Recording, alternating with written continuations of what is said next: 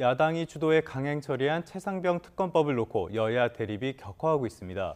여당은 대통령의 거부권 행사 필요성을 주장하면서 방어에 나섰고요. 야당은 거부권은 곧 민의를 거스르는 거라면서 법안 수용을 압박했습니다.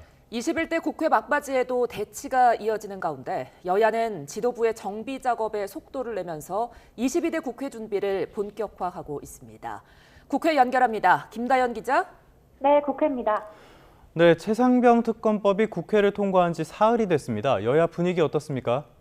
네, 국민의힘에선 대통령의 제2요구권, 거부권 행사 필요성을 강조하는 발언이 잇따르고 있습니다.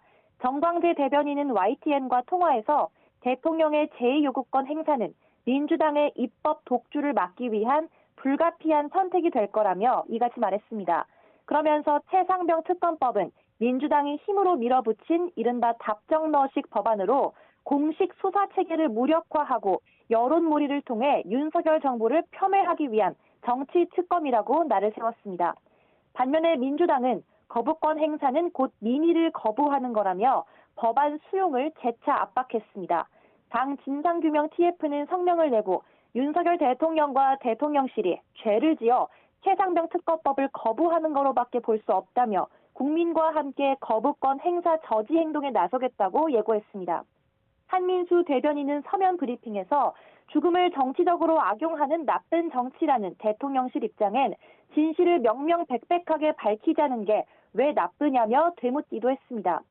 국회는 늦어도 다음 주 초까지 정부의 특검 법안을 넘길 예정인데 정부에 이송되고 15일 이내에 대통령은 법을 공포하거나 거부권을 행사해야 합니다. 거부권 행사 시점은 다음 국무회의가 열리는 오는 14일쯤이 될 거란 관측도 나옵니다. 만약 거부권이 행사되면 민주당은 21대 국회 임기가 끝나는 오는 29일 전에 본회의를 한 번 더 열어 최상병 특검법 재표결에 나서겠다는 방침입니다. 네, 22대 국회 시작이 한 달도 채 안 남은 만큼 여야 모두 지도부 정비에 박차를 가하고 있죠. 네, 국민의힘 황우여 신임 비대위원장이 어제 취임 기자회견에서 재창당 수준을 넘어선 혁신을 약속했습니다.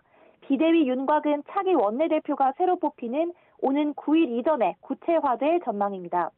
내일 원내대표 후보 등록이 진행되는데 지금까지 3선 송석준 의원에 이어 4선 이종배 의원이 공식적으로 출마 의사를 밝혔습니다.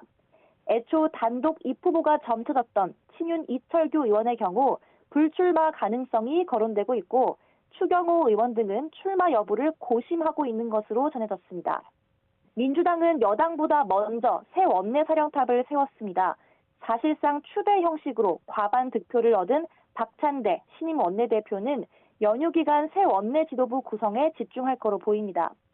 앞으로 22대 국회 첫 1년의 원내 협상을 이끌게 됐는데 이재명 대표와 발맞춰 개혁 국회를 만들겠다며 대여 강공 드라이브를 예고했습니다.